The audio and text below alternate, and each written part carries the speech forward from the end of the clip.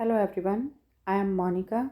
In this video, I am going to explain On His Blindness, a poem written by John Milton. John Milton was born in 1608. He received his early education at home under private tutors and then joined St. Paul's School in 1620. At school, he studied many languages, including Latin and Greek. At the university, he earned the nickname the Lady due to his handsome and delicate features and purity of mind and behavior. But at the age of 40 years, he became blind due to constant hard work and study. After his blindness, he wrote 17 sonnets, a number of religious poems, and his most famous epics, Paradise Lost and Paradise Regained. On his blindness, one of the best sonnets of Milton was written in 1655, 3 years after Milton became blind. And in this sonnet, the poet expresses his despair at the loss of his eyesight. He is sad. He is sad to think that he has become completely blind in the middle of his life. He wanted to write religious poems in praise of God, but he fails in his mission. On his blindness, अंधा हो जाने पर Milton कहते हैं When I consider सोचता हूँ How my light is spent. Light यहाँ आई site के लिए यूज़ किया गया है, आँखों की रोशनी, आँखों की लाइट. स्पेंट चली गई है. जब मैं सोचता हूँ कि कैसे मेरी आँखों की रोशनी चली गई है. Ere half my days. Ere means before, इससे पहले. हाफ माई डेज आधी उम्र में ही, कि अभी तो मैं सिर्फ 44 ईयर्स का हूँ, मेरी आधी उम्र ही हुई है. In this dark world and wide. Dark world अंधेरा संसार, वाइड विस्तृत. And that one talent which is death to hide. Talent गुण. क्या गुण था मिल्टन में? मिल्टन में गुण था अच्छी रिलीजियस कविताएं लिखने का, कविता लिखने का गुण था उनमें. Lost with me useless. Lost means पड़ा है, यूजलेस मीन्स बेकार. Though my soul more bent. Soul means आत्मा, बेंट मीन्स झुकना. To serve there with my maker. Maker यहाँ यूज़ किया गया है भगवान के लिए, गॉड के लिए. And present my true account lest he returning chide. Chide means डांटना. लिस्ट मीन्स ऐसा ना हो कि. ट्रू अकाउंट सही हिसाब किताब. तो यहाँ मिल्टन कहते हैं कि जब मैं सोचता हूँ कि मेरी आँखों की रोशनी, अभी तो मेरा आधा जीवन ही हुआ है, उससे पहले ही मेरी आँखों की रोशनी चली गई है और ये संसार मेरे लिए अंधकार से भर गया है. ये संसार विस्तृत लगने लगा है मुझे. And that one talent which is death to hide lost with me useless. और एक टैलेंट जो भगवान ने मुझे दिया था, कविता लिखने का जो गुण था मुझ में, अब मेरा वो गुण भी यूज़लेस हो गया है, बेकार हो गया है, क्योंकि अगर मुझे दिखाई ही नहीं देगा तो मैं अपनी कविताएं कैसे लिखूँगा. Though my soul more bent to serve there with my maker. यद्यपि उसकी सोल, उसकी आत्मा भगवान की सेवा करना चाहती है, सर्व भगवान की सेवा करना चाहती है. भगवान की सेवा कैसे करेगी? कि मीन्स वो भगवान के लिए अच्छी अच्छी कविताएं लिखेगा, धार्मिक कविताएं लिखेगा, रिलीजियस पोएम्स लिखेगा. तो मिल्टन यहाँ कहते हैं कि यद्यपि मेरी आत्मा भगवान की सेवा करना चाहती है. And present my true account. और मैं अपने गुण का सही हिसाब किताब देना चाहता हूँ भगवान को, कि भगवान ने मुझे अगर कविताएं लिखने का गुण दिया था तो मैंने उस क्वालिटी को, उस गुण को, उस टैलेंट का सही यूज़ किया है, तो मैं ये सही हिसाब किताब भगवान को देना चाहता हूँ, क्योंकि अगर मैं ऐसा नहीं करूँगा तो भगवान बदले में मुझे डांटेगा.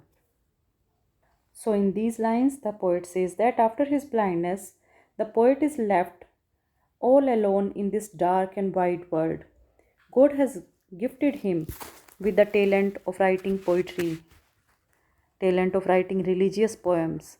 But now the poet is sad to think that this talent will remain useless. He is afraid to think that God will rebuke him for hiding his talent, for hiding this talent. Doth God exact day labor, exact day labor, light denied?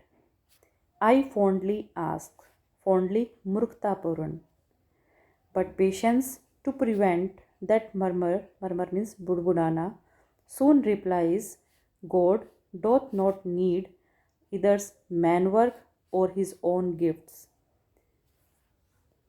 यहाँ Milton अपने आप ही एक मूर्खतापूर्ण question करते हैं।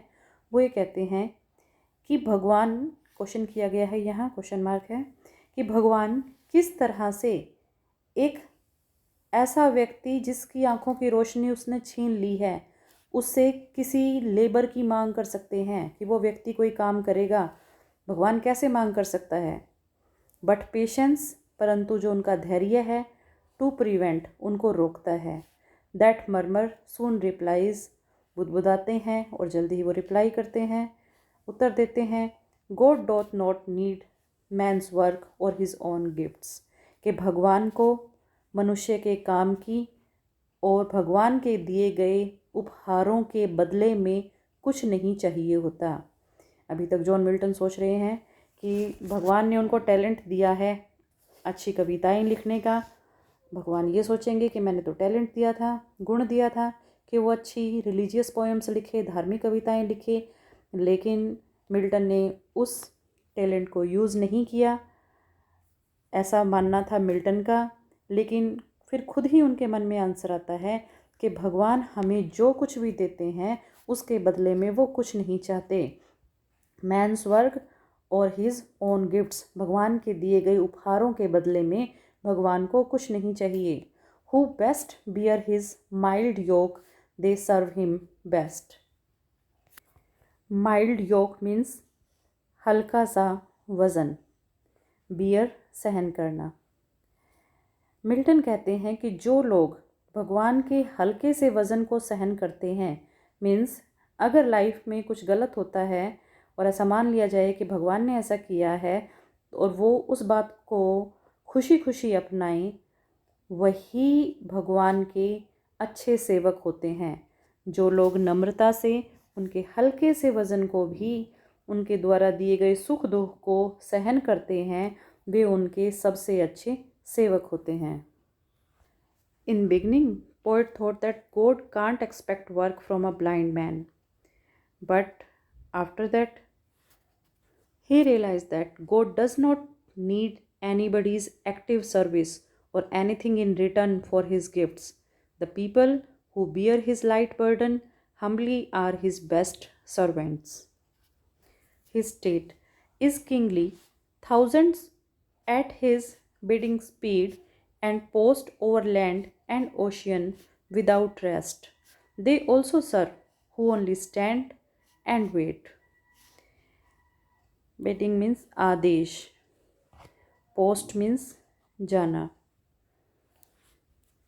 His state, his यहाँ use किया गया है गॉड के लिए, कि भगवान का राज्य एक राजा की तरह से है, एक राजा के राज्य की तरह से है। थाउजेंड्स, जहाँ पर हज़ारों लोग अपना हाथ बांधे खड़े रहते हैं, जहाँ पर हज़ारों लोग हैं जो पृथ्वी और समुंदर में बिना आराम किए, विदाउट रेस्ट, बिना आराम किए तेज गति से जा सकते हैं। मीन्स जिस तरह से राजा के सामने बहुत सारे लोग खड़े रहते हैं उनके